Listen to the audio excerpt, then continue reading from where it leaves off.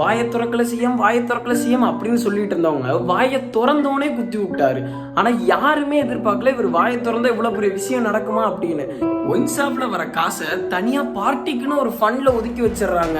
அது எதுக்குன்னு கேட்டீங்கன்னா தனிப்பட்ட கட்சி செலவுக்காமா. ஆனால் இப்போவும் விவசாயியோட அந்த பயிர்க்கடன் ரத்து செய்வார் அப்படின்னு சொல்லுவார். நானும் பார்க்குறேன். அந்த 70,000 வரைக்கும் தான் அந்த ரத்து செய்யணும் அப்படின்னு சொல்லிட்டு இருக்காரு. இந்த ஒரு விஷயத்தில் மட்டும்தான் யாருமே அவர் அக்செப்ட் பண்ணிக்க மாட்டாங்க. இதில் அவர் கொஞ்சம் கன்சிடர் பண்ணலாம், இதுலேயும் கொஞ்சம் மாற்றலாம். ஏன்னா விவசாயிங்க எதுக்காக ஓட்டு போட்டாங்கன்னா இவர் அந்த கடனை ரத்து பண்ணுவார் அப்படின்னு தான். இன்னும் சில பேர் என்ன சொல்கிறாங்கன்னா அது பண்ணாலும் சரியில்லை இது பண்ணாலும் சரியில்லை அப்படின்னுவீங்க. ஆனால் நாங்கள் என்ன கேட்குறோன்னா அந்த ஃப்ரீ வேணாம். அதுக்கு முன்னாடி அந்த விவசாயிகளை கொஞ்சம் பாருங்க. மக்கள் ஃபண்ட்லேருந்து ₹1 தொட மாட்டோம், தொட்டவனே விட மாட்டோன்றாரு. இவ்வளவு பிரச்சனையிலையும் அந்த ஊழல் பண்றவங்களை மட்டும் பாயிண்ட் அவுட் பண்ணி பேசுறாரு. அதுக்காக எல்லாருமே துடிக்கிறாங்க. பட் சோகமான விஷயம் என்னன்னு கேட்டீங்கன்னா முகேஷ் செத்துட்டாரு.